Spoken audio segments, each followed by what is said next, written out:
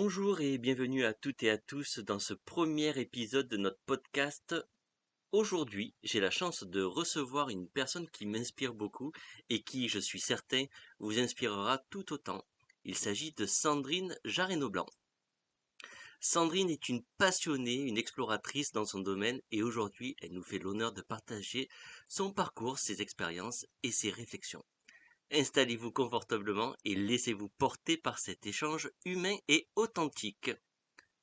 On commence tout de suite avec quelques questions pour mieux te connaître, Sandrine. Sandrine, est-ce que tu peux nous raconter un peu ton parcours et ce qui t'a donné envie de te lancer dans ce que tu fais aujourd'hui? Bien sûr, avec grand plaisir. Mais écoutez, bonjour à tous ceux qui écouteront ce podcast. Voilà, c'est un plaisir pour moi de faire ce premier aujourd'hui avec toi, Nico. Donc, mon parcours. Alors, je vais essayer à la fois d'être assez complète et assez synthétique. J'ai commencé assez jeune dans l'immobilier, donc en tant que salariée au départ, hein, en tant que négociatrice en immobilier. J'ai voulu au départ faire des études sur un BTS profession immobilière. Et finalement, j'ai trouvé à l'époque un patron qui a voulu m'embaucher sans forcément que je passe par l'alternance et donc bah, qui m'a tout appris. Donc finalement, voilà, j'ai d'un côté effectivement abandonné l'idée de faire des études, ce qui aurait pu être une erreur hein, à cette époque-là. Et puis finalement, assez rapidement, voilà, j'ai été passionnée par ce métier-là et j'ai beaucoup appris. Et puis au bout d'un an et demi, vraiment, j'ai décidé de créer ma propre structure. J'avais déjà cette soif de l'entrepreneuriat. J'avais une idée en tête, j'avais un concept en tête et je me suis dit, bah tiens, allons-y. Et puis j'ai été épaulée au départ par une personne qui est encore avec Otto aujourd'hui, qui est toi, Nico. Et donc je me suis lancée bah, aussi avec ton aide sur un concept, voilà, à l'époque de homestaging et de conseil en immobilier. On est passé par plein d'étapes, ça a été hyper enrichissant, hyper stressant aussi, beaucoup de peur et ça a commencé à bien fonctionner au bout de 6 mois. Sauf que ben, faute d'anticipation de trésor, de plein de choses, et puis ben, voilà, j'avais quand même une vingtaine d'années, enfin à peine 20 ans à l'époque, et par peur, j'ai décidé d'arrêter cette expérience.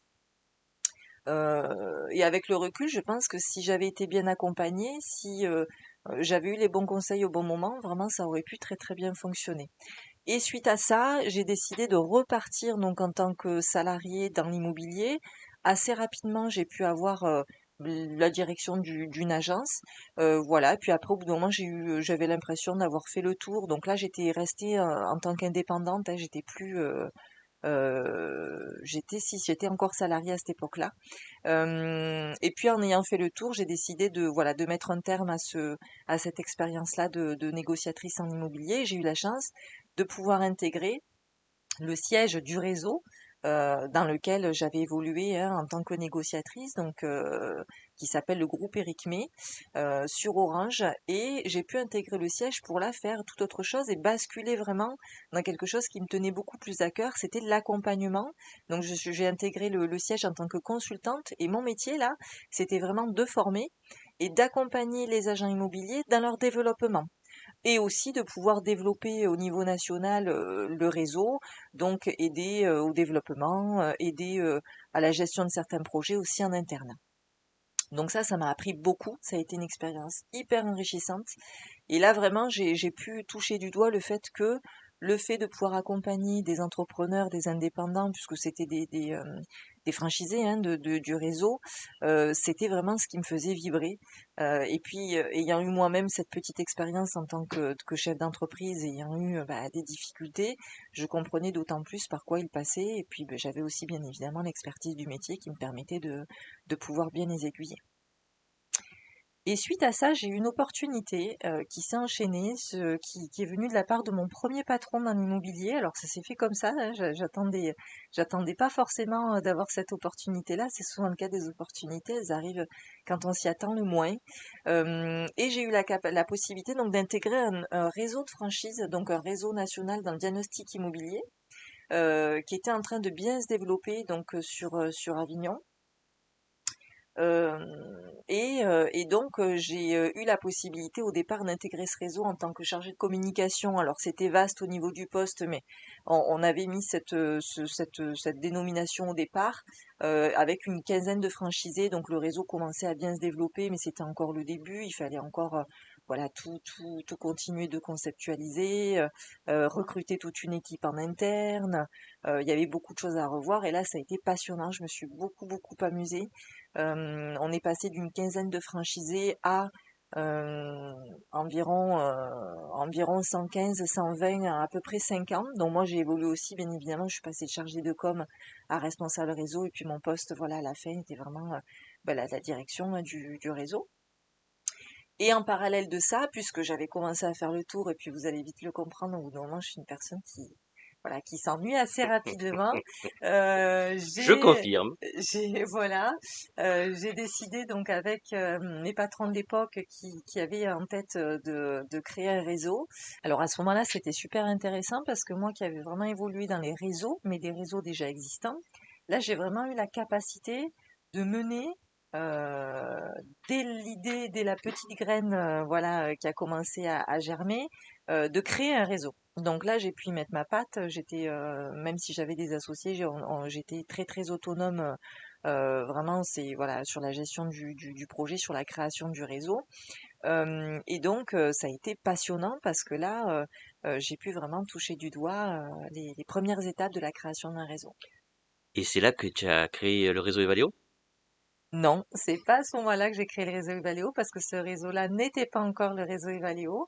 Mais c'est à ce moment-là vraiment que j'ai compris que c'était vraiment quelque chose qui me passionnait, quoi. Et c'est vrai qu'à l'époque, c'était un réseau donc d'affaires. J'avais des associés, il y avait quand même au départ une idée. Donc j'ai fait aussi quelque chose qui rentrait dans ce cadre-là.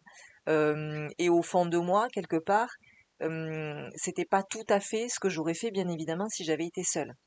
Donc, au fond de moi a commencé, bien évidemment, à ce moment-là, je pense, à germer, par contre, le concept Evaleo tel qu'on a pu le créer par la suite. Ok, merci. Et est-ce que tu peux nous parler du concept Evaleo? Bien sûr, alors le concept Evaleo, donc c'est un réseau qu'on a créé en 2021. Et c'est un réseau d'entraide et d'accompagnement à la base pour les entrepreneurs, puisque suite à toutes ces expériences-là, j'ai pris la décision de mettre un terme à la fois à mon poste, puisque j'avais évolué en tant qu'indépendante, mais aussi à la fin, quand on a la direction d'un réseau, j'étais repassée salarié cadre, donc mon parcours, il a basculé comme ça, tantôt salarié, tantôt indépendante, tantôt avec une structure sous toutes ses formes. Et donc, j'ai décidé à ce moment-là, vraiment, à un moment, il y a eu un élément déclencheur qui m'a fait en fait prendre la décision de tout lâcher en fait, de lâcher à la fois mon poste de direction pour le réseau de diagnostiqueurs immobiliers, de laisser les parts que j'avais pris dans ce réseau que j'avais créé de réseau d'affaires qui existe toujours aujourd'hui d'ailleurs, pour justement me concentrer sur ce que j'avais vraiment profondément envie de faire, de l'accompagnement. Et donc l'accompagnement, mais sous forme de réseau, puisque forcément j'avais goûté à ça. C'est un peu comme Obélix, hein, quand on y tombe dedans, après on a... voilà, j'y suis tombée et j'avais envie d'y rester. Et donc, non pas un réseau business, là, cette fois, mais un réseau dans lequel justement les entrepreneurs pourraient se réunir et grandir ensemble. Super, merci Sandrine. On sait que chaque chemin a ses hauts et ses bas.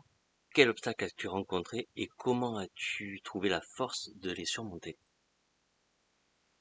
Alors, comme dans tout parcours, c'est vrai que j'ai rencontré pas mal d'obstacles, mais je m'estime assez chanceuse quand même aussi d'avoir eu pas mal d'opportunités qui se sont offertes à moi finalement à des périodes où j'arrivais en fin de cycle et où j'avais eu l'impression d'avoir fait un petit peu le tour.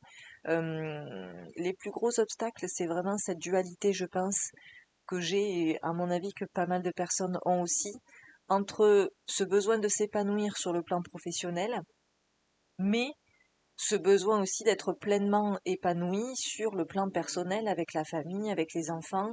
Et j'ai souvent eu l'impression d'avoir un choix à faire entre ma vie de maman, ma vie de femme et d'épouse, et finalement ma vie professionnelle, qui, quand on est passionné, a tendance à nous aspirer quand même assez profondément dans cette spirale qui finalement embarque tout sur son passage et ça, c'est pas évident de trouver l'équilibre.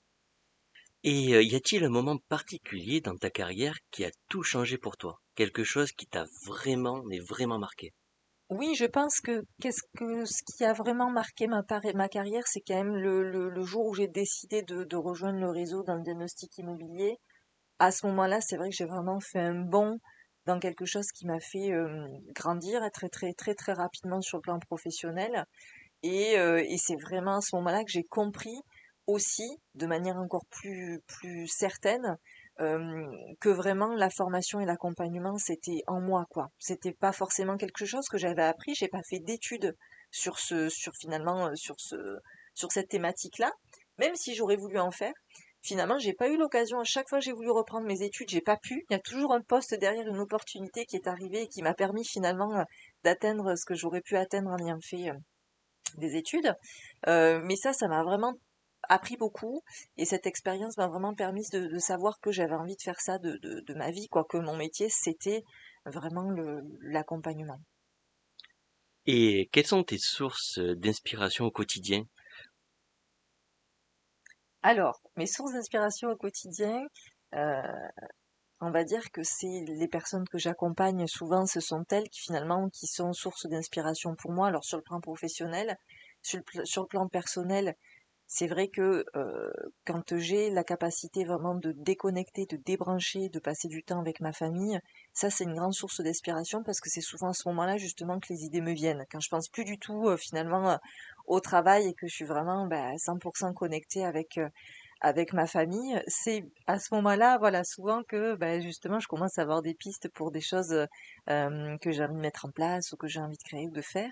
Mais sinon, dans le plan pro, ma source d'inspiration, alors c'est rigolo parce que à la fois les personnes viennent me voir pour les accompagner, leur permettre d'avancer, de justement de pouvoir aussi se recentrer et réussir à trouver le meilleur chemin pour atteindre leurs objectifs. Et à la fois, elles me le rendent bien parce que grâce à elles, je découvre aussi de nouveaux fonctionnements, je découvre de nouvelles façons de faire. Et moi, finalement, j'ai bien aimé le terme d'exploratrice au départ parce que j'ai l'impression d'être un petit peu une exploratrice de la stratégie. Moi, ce que j'aime, c'est découvrir, comprendre, pour dans l'idée justement de retransmettre à d'autres et surtout de l'adapter. Pour moi, une méthode, c'est pas quelque chose de figé, c'est vraiment quelque chose qui fonctionne et qu'on peut adapter à tous. Ça, c'est ce que j'adore faire avec les personnes que j'accompagne.